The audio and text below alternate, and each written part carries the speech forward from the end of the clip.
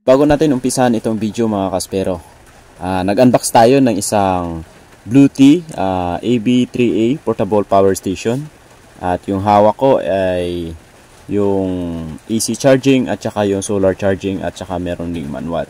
So ito yung pang cigarette lighter port, and then USB, and then meron din siyang ilaw, at ito naman yung pang car at saka sa AC charger, direct kuryente, at saka yung output natin dalawa. Pwede tayo magsaksak ng mga cellphone natin dyan mga kaspero. At kinabukasan mga kaspero, dumayo tayo.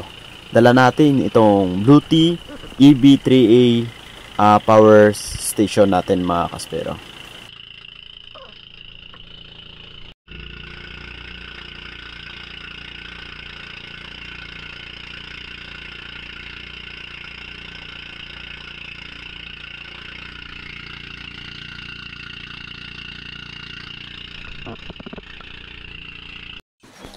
Sa wakas, nakarating na tayo dito sa pupuntahan natin.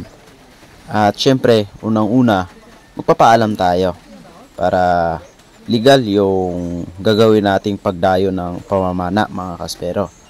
At napakaganda ng lugar na ito. Halos lahat ng mga tao dito, yung trabaho, nangingisda mga kaspero. At ito yung pinakabarangay nila. Talagang napakagandang lugar mga kaspero. At ito na nga, naglogbook na kami. So sinulat na namin yung mga pangalan ng mga kasama natin para sigurado in case man na may mangyari sa atin, alam natin kung saan kami galing. Jom kabutang. Burakay. Sige lang. Yung butang ilang burakay dyan. Bahula lang. Signature no lang. Ayan. Shoutout kay Kagawad. Maraming salamat at pinayagan tayo dito. Yes. Ito na, papunta na tayo sa bangka mga kaspero. At sinabihan ko rin si Kagawad na i-check na rin yung mga gamit namin para makasure sila na wala kaming gamit na illegal mga kaspero. Kaya ito, pina-check natin kay Kagawad na talagang mano-mano lang yung gagawin nating pamamana mga kaspero.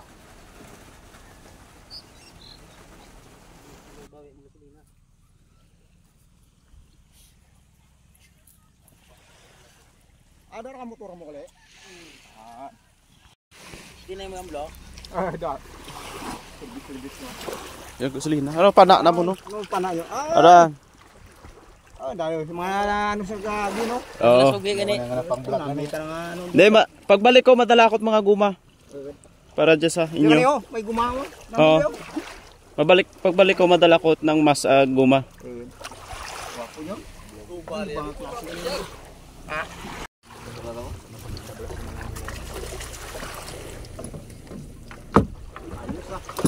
Ano no? Pwede para no? Ha? Gamitan na Ay, mula na sangit la gali ng ano dad. Oh, pwede man mo butangan kawa doon, nga kan? Pwede ma. Oo. Higtan mo lang ito do. Wala ka maron ito serban niyo. Sige lang.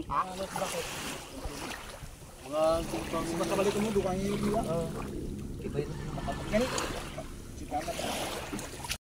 Pagkatapos natin makapagpaalam at pinayagan, dumiretso na tayo dito sa spot. At kung napapansin nyo mga kaspero, napakalinaw ng tubig. Yung visibility, parang nasa 99%, kaya ayos. At eto, gear up na ako, kaya let's dive mga kaspero. Pagbaba ko pa lang, pagtingin ko sa baba mga kaspero, napakalinaw ng tubig. Kaya sana makarami tayo ngayong araw mga kaspero.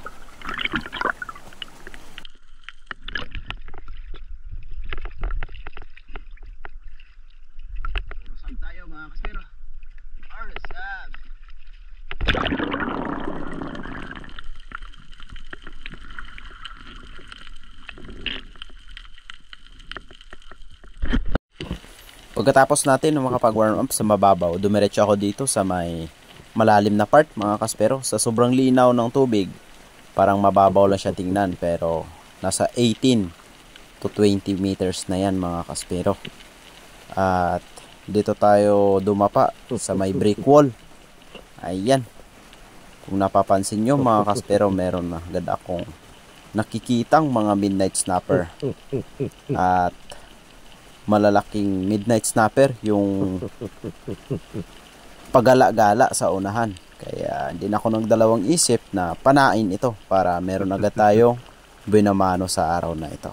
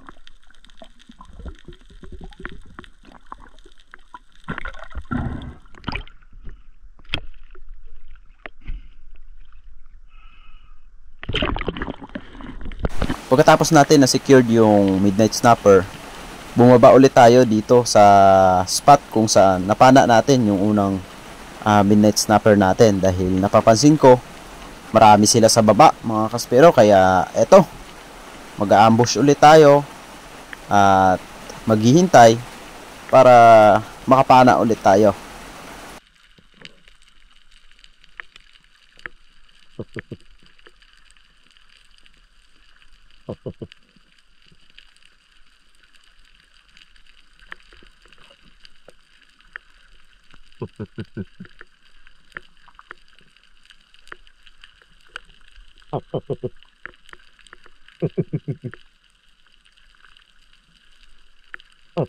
Eto na sila, dahan-dahan nang umaangat papunta sa atin. Napakarami nila sa ilalim. At meron pang samaral, merong red bass, meron pang sweet lips. At syempre, medyo matagal na yung paghihintay natin. Kaya piliin na natin yung mas malaki para meron na tayong pangalawang isda sa araw na ito. At ayun, yung napili natin, sapul.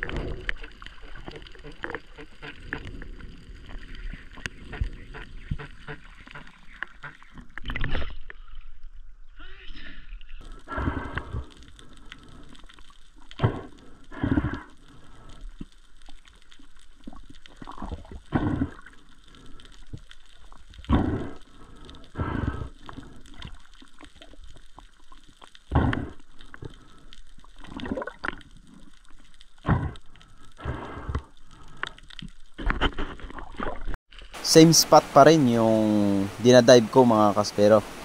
Nag-ambush ulit tayo dito dahil nasa taas pa lang ako, nakita ko yung mga malalaking red bass o tinghalon kung tatawagin dito sa Boracay. Ang dami nila dyan sa baba mga kaspero. At nung nakadalawang pana tayo ng midnight snapper, siguro nalalansahan na, kaya ayan, umakyat na sila. Kaya nag-ambush ako dito at naghintay. Medyo matagal nga lang yung paghihintay natin dahil nandun sila sa baba. At nandyan yung mga maya-maya sa harapan natin at saka yung ibang midnight snapper. At ayun, kung napapansin nyo sa baba, meron na akong nakitang isang red bass. Ngunit pababa ulit siya mga kaspero. So si Master Danny nandun sa gilid ko, nakadapa dun sa unahan. Siguro yung mga distansya niya sa atin nasa 20 meters. At syempre naririnig ko yung tunog ni Master Danny. At malakas. Parang tinatawag niya ako. At meron daw na isang malaking barakuda sa taas ko. Pero nakapokus ako dito sa isang malaking red bass. Kaya yung ginawa ko, hindi na ako dalawang isip na tumira ng iba. Hinintay ko talaga itong midnight snapper na lumapit sa atin para mapada natin mga kaspero. At ito na nga, dahan-dahan na siyang pupunta sa atin. At si Master Danny, malakas na rin yung ug niya dahil yun nga, may barakuda daw na malaki sa likod ko. Pero hindi tayo papatinag dyan. At ito yung pipiliin ko dahil matagal na tayong nakadapa. Kailangan meron tayong mahuli. At ayun, tinamaan naman mga kaspero. Ngunit sa tiyan naman yung pagkatama. At ayun, pumunta sa gilid at sinabit pa yung shaft natin. Buti nga lang, nung hinila ko siya sa taas, kusa namang natanggal. Kaya ayos, hindi na tayo sumisid pa para i-retrieve yung isda dahil kusa naman itong natanggal.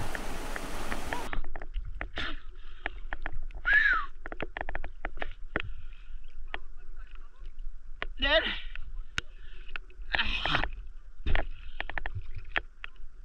Ay, pati ako ba? Ikapukus-rupos ako. Buhay na ba ikaw hula to?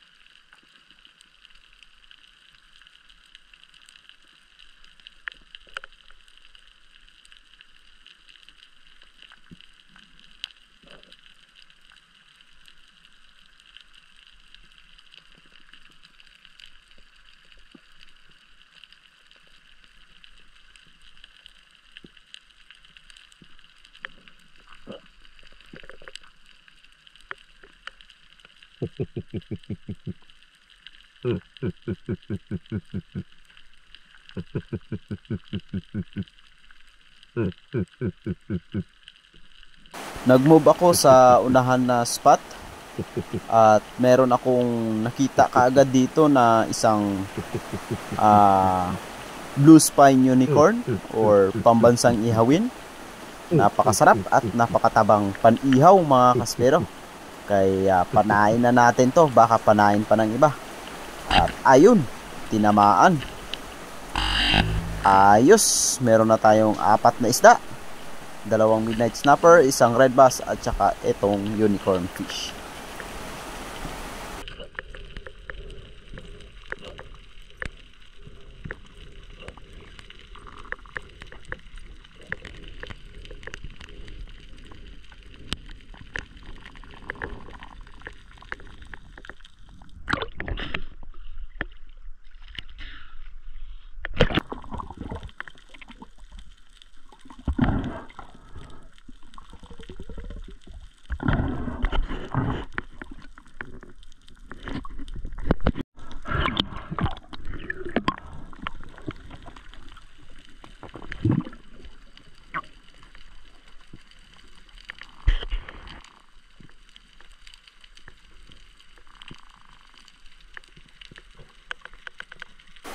At lumipat kami ng spot sa unahan lang mga kaspero.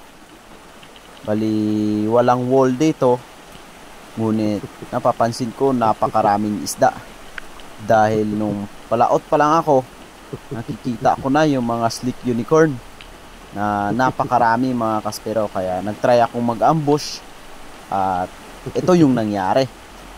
Nagsilapitan sa atin yung mga slick unicorn, at hindi lang slick unicorn mga kaspero, yung mga pambansang ihawin na blue spine unicorn na sobrang taba. At eto, pipili na tayo, ngunit hanggang sa piling-pili lang talaga dahil gusto kong mag double shot, ngunit medyo malilikot sila. Kaya yung ginawa ko, talagang parang na-amazed na ako na tingnan na lang sila mga kaspero, habang yung pana ko paulit-ulit kong tinututok kung saan talaga yung papanain ko, hanggang sa wala tayong napana mga kaspero. Kaya ayos lang yan dahil di naman yan aalis at dyan lang yan mga kaspero.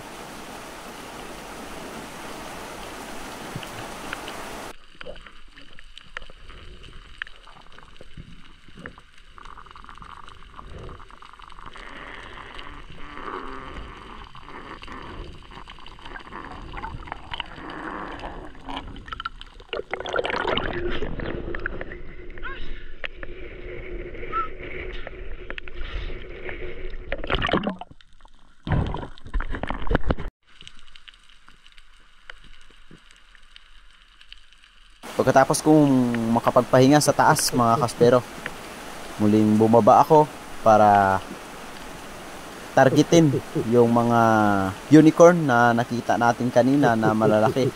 Ngunit eto, sinalubong agad tayo ng mga gabay o slick unicorn, at meron pang maming o Napoleon race sa unahan, ngunit hindi yun yung target natin. Kaya hindi natin papanain yun dahil bawal naman talaga yun mga kaspero. Kaya ayan yung mga slick unicorn na sa harapan na natin. Good size na yan, nasa 1.5 or 2 kilo na yung isa niyan, ngunit talagang wala sa bokabularyo ko na pumana dahil napapansin ko na napakaraming isda. At doon sa unahan meron pa akong nakikitang mga maya-maya at yung mga dugso o long-nose emperor. At eto na nga yung isang malaking surahan. Ayan, meron pang samaran. At eto, nawawala na naman tayo sa ating focus dahil sa sobrang dami ng isda. Na-amaze na lang tayo. Kaya ayun, hanggang sa umahon na lang ako na wala na namang dala mga kaspero.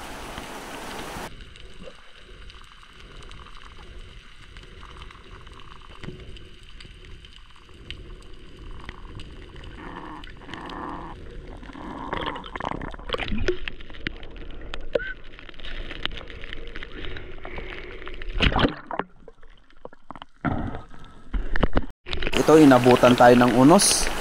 Sobrang lakas ng ulan at medyo lumalaki na rin yung mga alon. Pero mga 2 oras to 3 oras mawawala din yan mga kaspero. Kaya yung bantay natin, tumabi muna. Pero tayo tuloy pa rin dahil safe naman tayo. Another dive na naman tayo dito sa spot kung saan natin nakita yung mga slick unicorn at yung long nose emperor at saka yung mga maya-maya.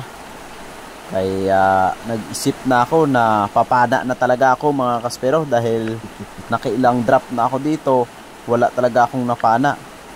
At eto, nag-iisip na ako kung ano yung papanain ko dahil nandyan na sa paligid ko yung mga isda. At hanggang sa tutok na lang tayo ng pana at hindi naman natin nakalabit mga kaspero. Sayang na naman yung dive natin at wala tayong nadala sa taas. Pero ayos lang, at least hindi sila nabulabog mga kaspero.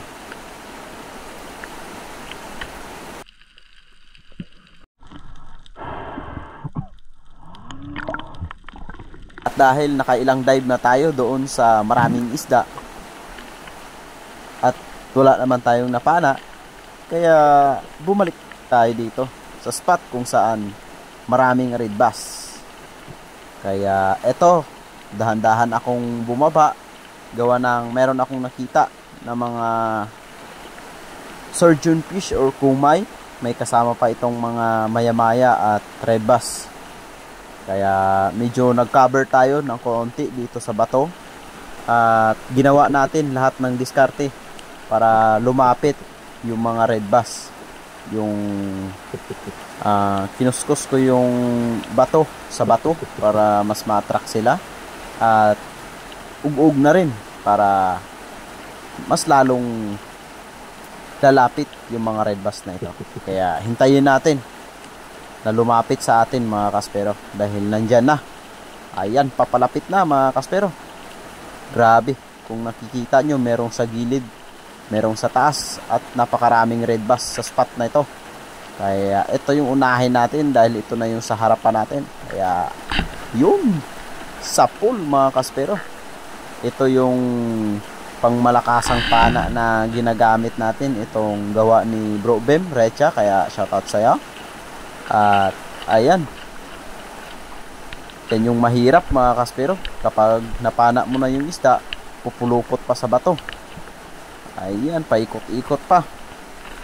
Buti nga lang nung hinihila natin sa taas, kusa naman itong natanggal. Kaya sulit yung dive natin at hindi na natin binalikan para i-retrieve yung isda.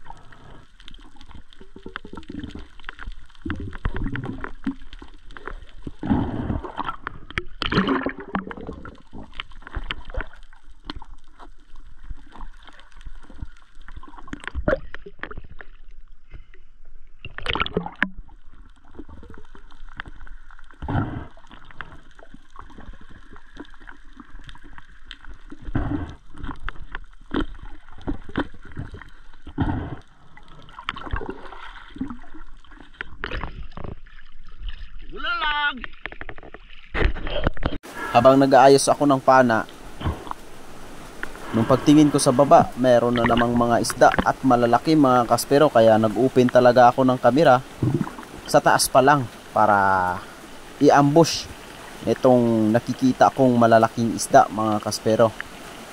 At ito, dahan-dahan lang tayong pababa para hindi sila ma-distract.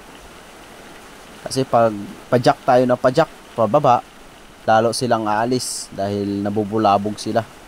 Kaya yung ginawa natin, free fall lang, dahan-dahan lang pababa. At nung nasa baba na ako, same hunting pa rin, ambush para isda na yung lalapit sa atin at hindi na tayo lalapit sa kanila. Ayan, merong mga surahan sa unahan at kumay o surgeon fish. Syempre, dito tayo sa special na isda, yung green job fish. Pipiliin natin yung mas malaki dahil 3 piraso ito mga kaspero. At ayun yung target ko, medyo malayo. Kaya try natin na hintayin at panain kung tatamaan natin ito mga kaspero. Ayan.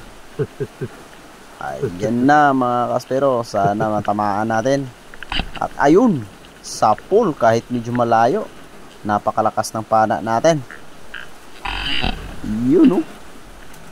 Ayos. Malaking green job fish yung nahuli natin mga kaspero.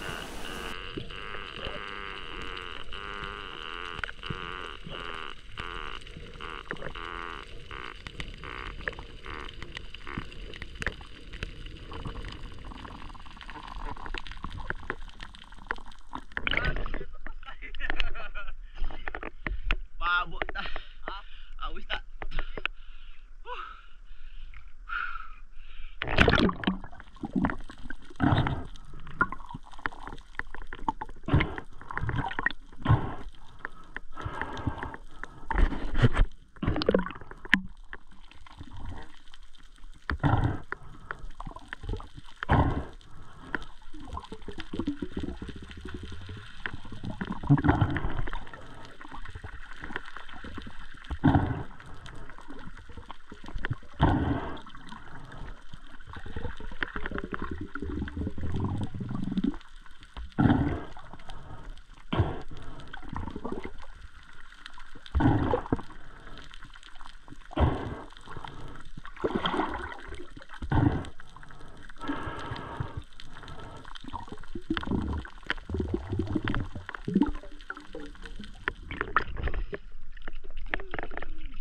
Laki na jump fish.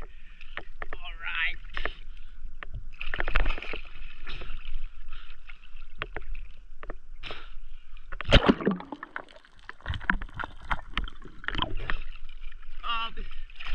Ako stopper bahol. Ako stopper. Alright.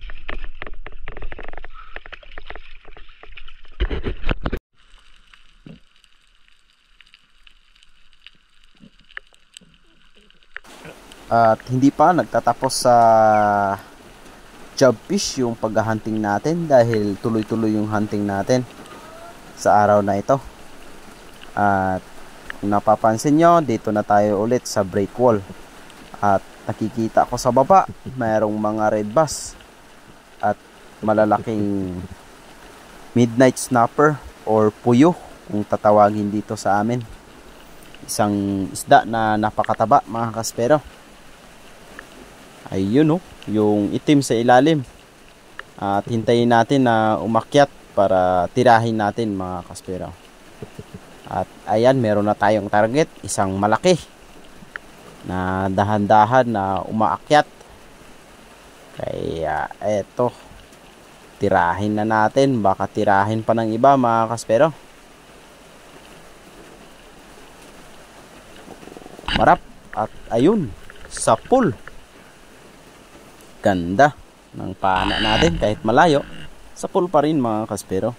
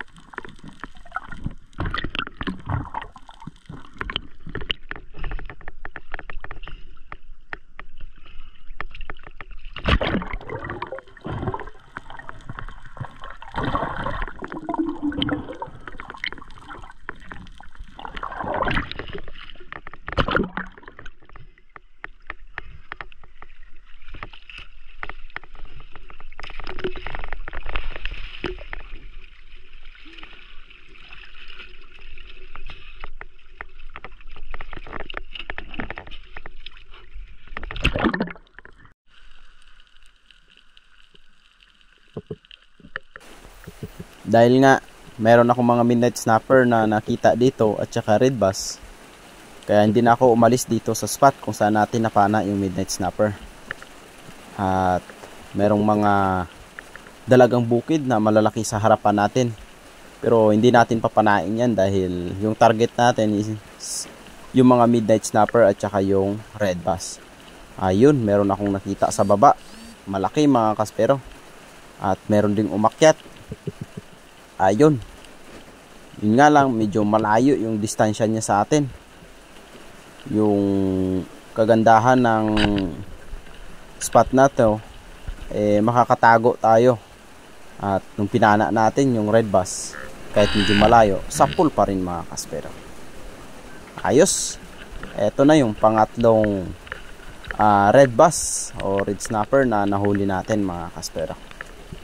Laki, sulit na yung mga huli natin dito sa spot.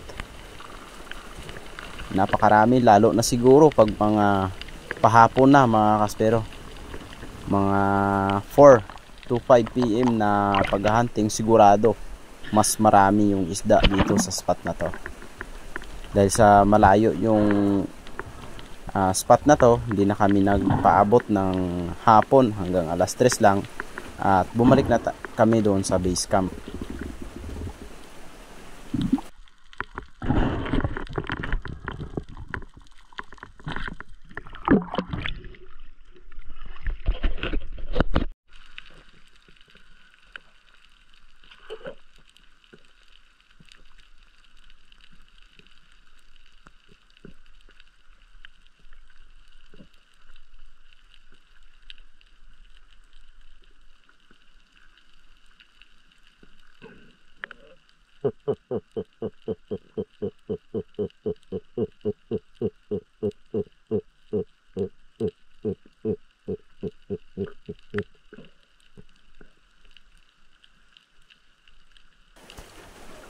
Another red bass na naman sana, kaso doon sa ilalim mga kaspero, kaya ito na lang yung papanain natin dahil marami sila, yung mga midnight snapper, at ayun yung mas malaki sa baba, kaya tirahin na natin. Ayun, meron pang tumapat na isa, kaya double kill mga kaspero. Ayos, 1 shot, 2 kill. Yung last fish of the day natin.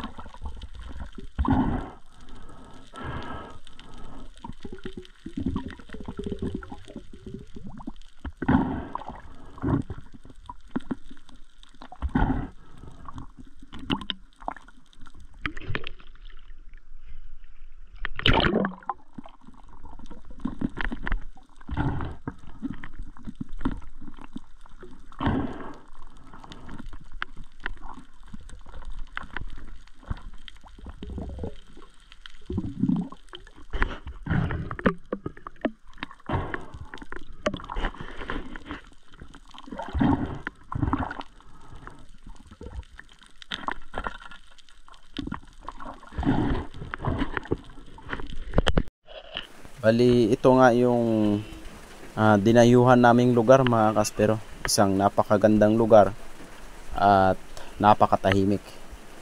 Sarap mamuhay dito mga kaspero.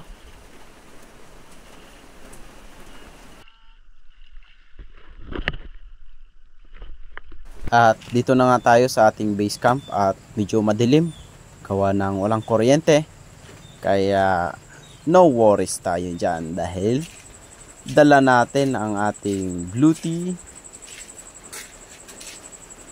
AB3A 600 watts na portable power station. At meron din tayong dalang ilaw para isaksak lang natin dito mga kaspero. Kaya itry natin itong Bluetooth AB3A na portable power station. At ayan, sinaksak na natin at saka i-open na natin mga kaspero. Ayan, nasa 100% na battery pa. Kaya ayos. Meron na tayong ilaw. Kitang-kita na si Master Danny. At syempre, dahil may ilaw na rin tayo, dahil kay Bluetooth AB3A 600 watts portable power station, magkilaw tayo ng isang double line mackerel. Ayan, ako na yung titira ng kilawin. At ayan, hinihiwa ko na mga kaspero, sariwang sariwa.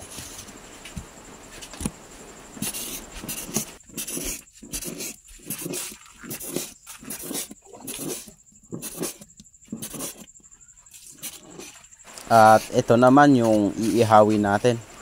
So si Master Danny yung mag-iihaw niyan.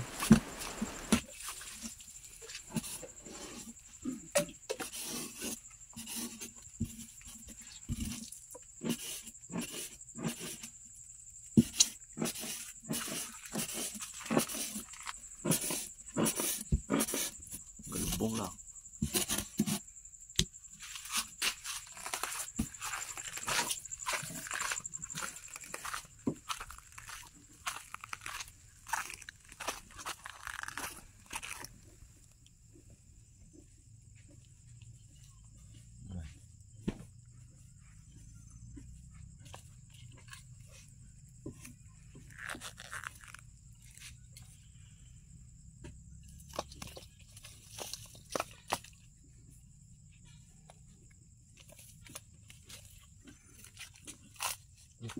Gabok.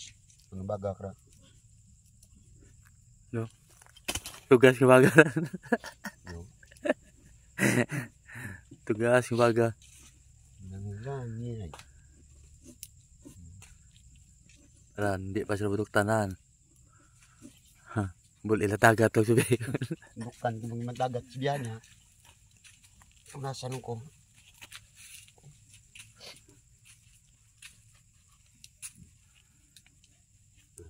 Puro tando ay.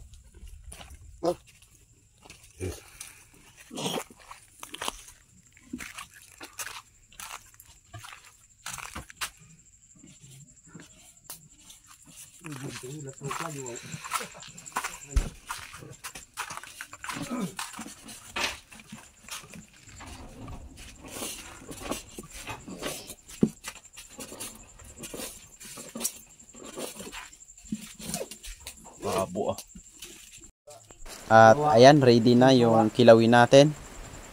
Ihaw na lang yung kulang.